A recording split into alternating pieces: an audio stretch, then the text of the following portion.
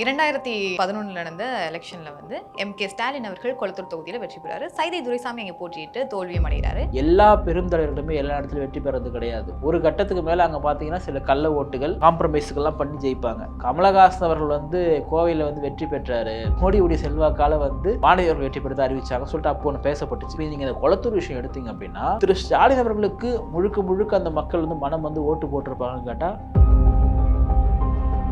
இந்த கூட்டத்தை கட்டுப்பாடற்ற கூட்டம்னு சொல்றதா இல்ல சைக்கோ கூட்டம்னு சொல்றதா? யாருன்னா போலீஸ்கார் கை கடிப்பாங்களா? பாண்டிச்சேரியில் திரு விஜய் பேசுறது ஒரு புஷ்வானமானது ஒரு பேச்சு தான். திமுக எதிர்ப்பு தான் எல்லாருமே முன்வைக்கிறாங்க. திமுக அதான் முன்வைக்கிறாரு, எடப்பாடி பழனிசாமி அதான் முன்வைக்கிறாங்க, எல்லாருமே அதை மட்டும் தான் முன்னிலைப்படுத்துறாங்க. அதையும் தாண்டி நீங்க என்ன செய்ய போறீங்க, உங்களுடைய கொள்கை என்ன, கோட்பாடு என்னன்னு சொன்னா கேள்விக்குறின்னு சொல்ற, ஆச்சரியக்குறின்னு சொல்லிட்டு தற்குறிக்கு பல விளக்கங்கள்லாம் கொடுத்தாரு அண்ணன் விஜய் அவர்கள். டிவிகேக்கு திமுக அரசு எந்த கட்சிக்கும் இல்லாத நெருக்கடியை கொடுக்குது, பயங்கரமான கட்டுப்பாடுலாம் விதிக்கிறாங்க. அதை நம்ம இல்லைன்னு சொல்லல. இதெல்லாம் ஏன் பண்றாங்க? நீங்க கூட்டு வரக்கூடிய கும்பல் அப்படி அங்க இருக்கு. நேஷனல் டிவி ரிப்போர்ட்டருக்கு வந்து ஒருத்தர் கழுத்துல கட்சி துண்டை போட்டு இழுத்துட்டு போறானா இவங்களால என்ன சொல்ல முடியும்? நம்ம ரஜினிகாந்த், கமலஹாசன், விஜயகாந்தே வந்து ஓவர்டேக் பண்ணிட்டு அவருடைய படங்கள்ல இருந்து அவ்வளோ வந்து ஃபேவரட்டா போச்சு. அப்ப ரசிகர்கள் என்பது வேற, வாக்காளர்கள் என்பது வேற. சீமான் நீங்க வந்து ஒரு தொகுதிக்கு போறாருன்னா அந்த தொகுதியில என்ன பிரச்சனை அதை பத்தி ஒரு மணி நேரம் பேசுவாரு. பேசுறதே 10 நிமிஷம் தான். அந்த 10 நிமிஷத்தோட தொகுதி பத்தி பேசிட்டு போங்க. நீங்க அங்க போயிட்டு திமுக எடுத்து பேசணும்ன்றத ஒரு கான்செப்டா இறங்கிடுறாங்க. அது பாண்டிச்சேரிலாம் கை கொடுக்கல. ரெட் ஒன் நேயர்களுக்கு வணக்கம். இன்றைக்கு சிறப்பு நேர்காணல்ல அட்வொகேட் பிரதாப் அவர்கள் இணைஞ்சிருக்காங்க. இன்றைக்கு தமிழக அரசியலில் நடக்கக்கூடிய மாற்றங்கள் என்னென்ன, அதாவது இன்றைக்கு வந்து மாவட்ட நிர்வாகிகள் கூட்டம் விஜய் அவர்கள் கூட்டியிருக்காரு. அதுக்கப்புறம் வந்து செங்கோட்டையன் அவர்கள் ஈரோடுல பெரிய மாநாடு நடத்தப்படுறதாகவும் சொல்றாங்க. இதெல்லாம் என்னவா இங்க தமிழக அரசியல்ல களம் என்னவா இருக்கும் 2026 அப்படின்றத கேட்டு தெரிஞ்சுக்கலாம். வணக்கம் சார். வணக்கம். எப்படி இருக்கீங்க? நல்லா இருக்கு. 2011 நடந்த எலெக்ஷன்ல வந்து எம்.கே. ஸ்டாலின் அவர்கள் கொளத்தூர் தொகுதியில வெற்றி பெறாரு. சைதை துரைசாமி அங்க போட்டியிட்டு தோல்வியும் அடைகிறாரு.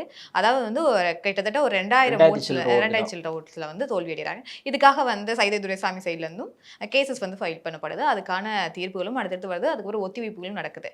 ஸோ இதுல என்னதான் பிரச்சனை, இது யார் மேலதான் தப்பு, இதுக்கான தீர்ப்புகள் வெளியாகிறதுக்கான வாய்ப்புகள் இல்ல? பொதுவாகவே வந்து ஒரு கட்சியினுடைய தலைவர்கள் ரொம்ப பிரபலமானவர்கள்லாம் பார்த்தா வெற்றி பெற்றாங்க அப்படின்னா அது பேசப்படும் பொருளாக மாறும். ஆனால் எல்லாருக்குமே ஒரு விஷயம் வந்து நல்லாவே தெரியும், எல்லா பெருந்தலைவர்களுமே எல்லா இடத்துலையும் வெற்றி பெறது கிடையாது.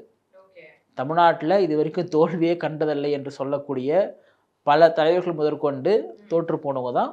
ஒரு கட்டத்துக்கு மேலே அங்கே பார்த்தீங்கன்னா சில கள்ள ஓட்டுகள், சில காம்ப்ரமைஸ்கெல்லாம் பண்ணி ஜெயிப்பாங்க.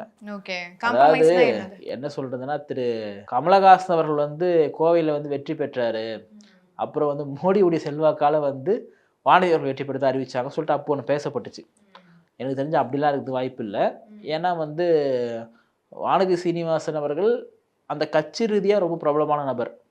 பாஜக கட்சிக்குள்ள லோக்கல் செல்வாக்கும் உண்டு. திரு கமலஹாசன் தான் லோக்கல் செல்வாக்கு கிடையாது. ஏன்னு கேட்டால் அவர் கோவை கிடையாது, அவர் சென்னையில் இருந்தவர். அப்படி இல்லைன்னா ஒன்று அவங்க ஊர் ராமநாதபுரமும் அங்கே போயிட்டு நின்று இருக்கணும், ராமேஸ்வரம் ராமநாதபுரம் அங்கே போய் நின்று இருக்கணும்.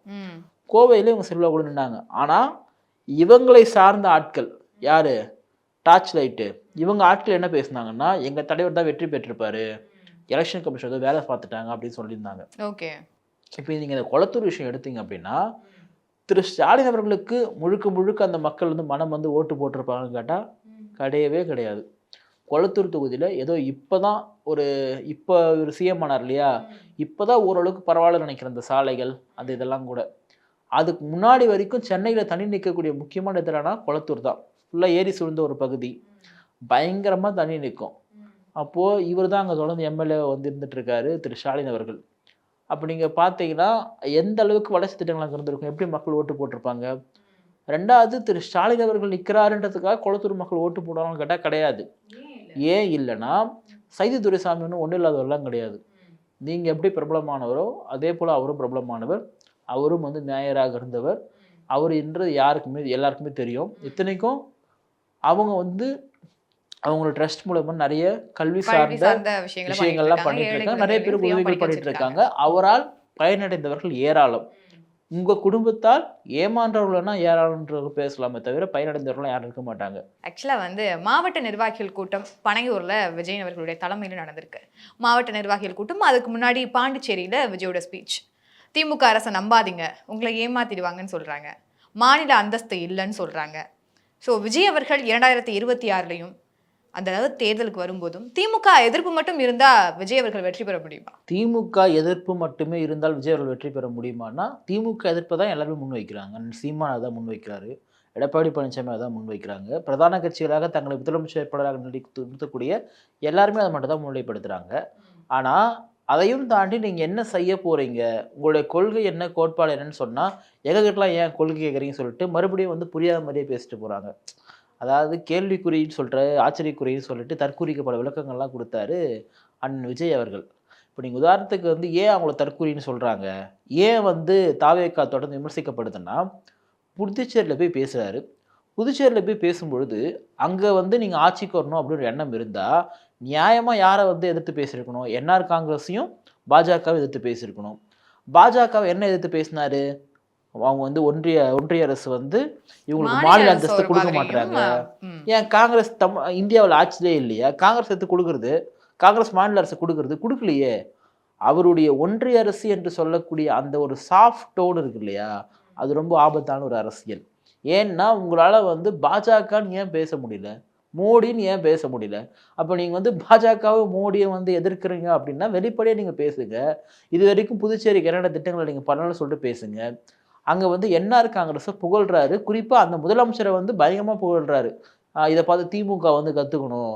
திமுகவுக்கு சவால். பாண்டிச்சேரியில போய் திமுக சவால் என்ன பண்ண போறீங்க? பாண்டிச்சேரியில திமுக ஒரு எதிர்க்கட்சி தான். அங்க எதிர்க்கட்சியில நீங்க நினைக்கிற மாரி 80 சீட், 70 சீட்லாம் கிடையாது. அங்க இருக்கிறதே 30 சீட் தான். அதுல இவர் வந்து பாஜகவோட கூட்டணியில திரு ரங்கசாமி அவர்கள் அங்க முதலமைச்சரா வந்திருக்காரு. இவருக்கு என்ன ஒரு எண்ணம்னா, நம்ம வந்து தமிழ்நாட்டுலலாம் வந்து ஆட்சிய பிடிக்க முடியுமா? பிடிக்க முடியாதான்னு கேட்டா, அதெல்லாம் பிடிக்க முடியாதுன்றது அவருக்கே தெரியும். ஆனா பாண்டிச்சேரியில வந்து ஓரளவுக்கு வாய்ப்புகள்லாம் இருக்கு. எப்படி வாய்ப்புகள்னா, அது ரொம்ப சின்ன ஒரு ஸ்டேட் தான். ஸ்டேட்ன்னு கூட இவங்க அந்தஸ்து அவங்களுக்கு வந்து இன்னும் குடுக்கல. அப்படி இருக்கிற சூழல்ல நம்ம அங்க போயிட்டா, ஏற்கனவே பார்த்தீங்கன்னா, அவரு ரங்கசாமி இவரும் பயங்கர குளோஸ். நீங்க பார்த்தீங்கன்னா, விஜய் பேசுறது வந்து டீ கடையில உட்கார்ந்து பார்த்துருக்காரு பார்த்துட்டு அவரு. இருக்காரு. அந்த அளவுக்கு வந்து அவரே ஒரு விஜய் ஃபேன் போல தான் இருக்காரு போல இருக்குது எனக்கு பார்க்கறதுக்கு. அந்த மாரி அடிக்கடிக்கு மீட் பண்றதெல்லாம் பண்ணிட்டு இருக்காங்க. அப்போ அங்க போயிட்டு நம்ம போய் கூட்டணி வைக்கலாம். அப்படி கூட்டணி வச்சா என்ன பண்ணலாம்? நம்ப இலக்கிய செல்வர் இருக்கார் இல்லையா? புசி ஆனந்த். அவர வந்து நம்ம துணை முதலமைச்சர் ஆக்கிடலாம் அப்படின்றதுக்காக நீங்க ஏன் சிரிக்கிறீங்கன்னு தெரியல எனக்கு. ஏன்னா, நான் ஏன் அப்படி சொல்றேன்னா, ஒருத்தருடைய நம்ம வந்து ஒருத்தர உருவகேலி பண்றதோ, இல்ல அவங்கள வந்து அவங்க மொழிய கிண்டல் பண்றதோ ரொம்ப தவறு. ஆனா, அதே சமயம் நான் ஒரு தலைமைத்துவ இடத்துல உட்காந்துட்டு, எனக்கு எதுவுமே தெரியாம நான் ஒரு தலைமைத்துவத்துல உட்காந்துட்டு இருக்கேன் அப்படின்னா, அது நீங்க அந்த பதவிக்கு நீங்க உட்காந்துருக்க இடத்துக்கு பண்ணக்கூடிய ஒரு துரோகம் அது. இப்போ ஒண்ணுமே தெரியாத ஒருத்தர் இருக்கான். அவன கூட்டிட்டு போய் நாளைக்கு முதலமைச்சர் ஆயிட்டா என்ன பண்ணுவீங்க? நாடு குட்டிச்சுவரா நாசனமா போகும். அப்ப அண்ணன் விஜய் என்ன பண்ண போறாருன்னா, துணை முதலமைச்சரா புஷி ஆனந்த வந்து என்ஆர் காங்கிரஸ்ல இணைச்சிடலாம்னு சொல்லிட்டு பார்க்குறாரு. அப்ப ஏற்கனவே வந்து அங்க எம்எல்ஏ இருந்தவரு புஷி ஆனந்த். எம்எல்ஏ நீங்க நினைச்சுக்காதீங்க. பெரிய தொகுதி அப்படி சொல்லிட்டுலாம். நம்ம ஊர்ல ஒரு கவுன்சிலரும் அங்க இருக்கிற எம்எல்ஏ 1, 2 தெரு முடிஞ்சு போனா வந்து ஒரு தொகுதி வந்து கவர் பண்ணிடலாம். ஸோ அப்படிப்பட்டத்துல வந்து இருந்தாலும் பேருக்கு பார்த்தீங்கன்னா, அதுவும் வந்து ஒரு ஸ்டேட் தானே. அங்க நாங்க ஆட்சி நடக்குதுன்னு சொல்லிட்டு தெளிவா சொல்லிக்கலாம் இல்லையா? பாண்டிச்சேரியில திரு விஜய் பேசுனது ஒரு புஸ்வானமான ஒரு பேச்சு தான். அங்க போயிட்டு நீங்க வந்து திமுக எங்கேருந்து பாடம் கத்துக்கணும்னா, திமுகனா உங்ககிட்ட பாடமா கத்துட்டு இருக்காங்க. உங்களுக்கு எக்கச்சக்கமான நம்ம டிவிகேக்கு திமுக அரசு எந்த கட்சிக்கும் இல்லாத நெருக்கடிய குடுக்குது. நம்ம அத இல்லன்னு சொல்லல. பயங்கரமான கட்டுப்பாடுலாம் விதிக்கிறாங்க. அத நம்ம இல்லன்னு சொல்லல. ஆனா, இதெல்லாம் ஏன் பண்றாங்க? நீங்க கூட்டு வரக்கூடிய கும்பல் அப்படி அங்க இருக்கு. ஏன் ஒரு நேஷனல் டிவி ரிப்போர்ட்டருக்கு வந்து ஒருத்தன் கழுத்துல அவங்க கட்சி துண்ட போட்டு இழுத்துட்டு போறான்னா, இவங்களால என்ன சொல்ல முடியும் நம்ம? அத என்னைக்காவது இவங்க கண்டிச்சிருக்காங்களா? என்னைக்காவது இவங்க வந்து திருப்பி பேசியிருக்காங்களான்னு கேட்டா கிடையாது. பாண்டிச்சேரியில் விஜய் பேசியது, பார்த்திருந்த நமக்கும் ஒரு ஏமாற்றமான பேச்சு தான். பாண்டிச்சேரி மக்களுக்கும் ஒரு ஏமாற்றமான பேச்சு தான். பாண்டிச்சேரிக்கான வளர்ச்சி திட்டங்கள பத்தி நீங்க என்ன பேசிருக்கீங்க? எங்ககிட்ட பாண்டிச்சேரி வளர்ச்சி திட்டங்களுக்கு வந்து ஒரு 50 ஆண்டுகளுக்கான பிளான் இருக்குன்னு சொல்றாரு. அது அத என்ன வச்சு பேசிருக்கீங்க? இப்போ அண்ணன் சீமான் நீங்க வந்து ஒரு தொகுதிக்கு போறாருன்னா, வேற தொகுதியில பேசினா அந்த தொகுதியில பேச மாட்டாரு. அந்த தொகுதியில என்ன பிரச்சனை? அத பத்தி 1 மணி நேரம் பேசுவாரு. நான் என்ன சொல்றேன், இவர் பேசுறதே 10 நிமிஷம் தான். அந்த 10 நிமிஷத்தோட தொகுதி பத்தி பேசிட்டு போங்க நீங்க. அங்க போயிட்டு இங்க இருக்கிற போலீஸ் கிட்ட இருந்து இந்த போலீஸ் வந்து பாடம் கத்துக்கணும். இங்க இருக்கிற முதலமைச்சர பார்த்து இங்க கத்துக்கணும். அது திமுக அப்படின்னா இது எனக்கு புரியல. டிஃபால்ட்டா ஒரு மைண்ட் செட்ல என்ன இறங்கிட்டுதுன்னா, திமுக எதிர்த்து பேசணுன்றத அவருடைய கான்செப்டா இறக்கிடுறாங்க. அது எங்க போனாலும் பேசுறாரு. அது பாண்டிச்சேரிலாம் கை கொடுக்கல. ஓகே. அப்படிதான் நம்ம பார்க்க முடியும் அவர் புதுச்சேரியில பேசுனது. அதுக்கப்புறம் அதிமுகல பொதுக்குழு நடந்து முடிஞ்சுச்சு. இதுக்கப்புறம் வந்து செங்கோட்டையன் அவர்கள் தாவேக்காவுல இணைஞ்சிருக்காரு. செங்கோட்டையன் அவர்கள் ஒரு 25,000 பேரை வந்து கோபிச்செட்டிப்பாளையத்துல கூட்டி ஒரு பெரிய மாநாடு நடத்துறதா டிசம்பர் 18 பிளான் வச்சிருக்காங்க.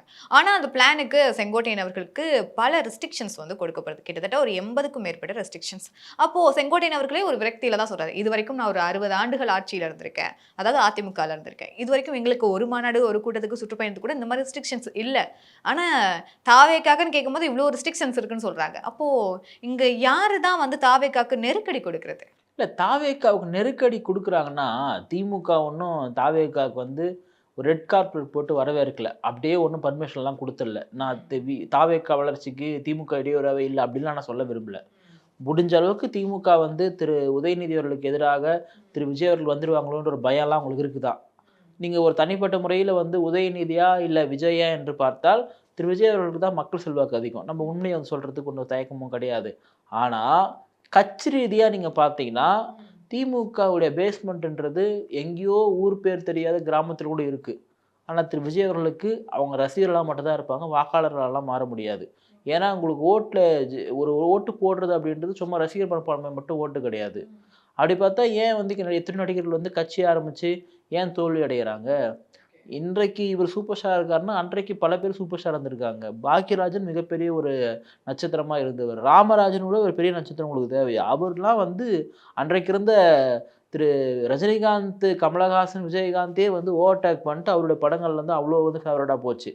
அப்ப ரசிகர்கள் என்பது வேற, வாக்காளர்கள் என்பது வேற. இப்ப திமுக இவ்வளோ ரெஸ்ட்ரிக்ஷன் குடுக்குறதுக்கு முக்கியமான ஒரு காரணம், கூட்டத்துல சலசலப்பு ஏற்படுது.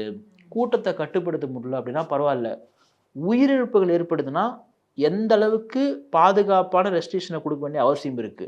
திரு விஜய் அவர்களுக்கு இப்படிதான் குடுப்பாங்க. இன்னும் சொல்லப்போனா, இன்னும் அதிகமா குடுக்கணும். ஏன்னு கேட்டா, இவரால் வந்து 41 பேர் இறந்திருக்காங்க. இவர் கூட்டத்துக்கு வந்தவங்க. நான் இவர் தான் காரணம்லாம் சொல்ல விரும்பல. இவர் சாகஸ்டார்லாம் சொல்ல விரும்பல. ஆனா அதே மாரி இவங்க ஒண்ணு சொல்றாங்க தெரியுமா? செந்தில் பாலாஜி டீம் உள்ள வந்தாங்க. கத்தி எடுத்து வெட்டுனாங்க. மயக்க மருந்து குடுத்தாங்க. அதுவெல்லாம் ரொம்ப பொய்யான விஷயம். ஒரு நெருக்கடி இவ்வளவு பெருசா ஏற்பட்டிருக்கு. அதனால இறந்திருக்காங்க. அத அக்செப்ட் மூச்சு திணறல். பண்ணலல்ல தாவேக்கா இதுவரைக்கும். தாவேக்கா அக்செப்ட் பண்ணலன்னா, அவங்க திமுக மேல பழி போடணும்னு பார்க்குறாங்க. அதெல்லாம் ரொம்ப மோசமான விஷயம். ஒரு இறப்புல வந்து யாருமே அரசியல் பண்ணக்கூடாதுங்க. ஒரு பணத்த வச்சு திமுக பண்றதோ, இல்ல வந்து தாவேக்கா பண்றதோ ரொம்ப மோசமானது தான். அந்த அரசியலுக்குள்ள வரல. ஆனா நீங்க ஒரு தார்மீக பொறுப்பே இருக்கணும்.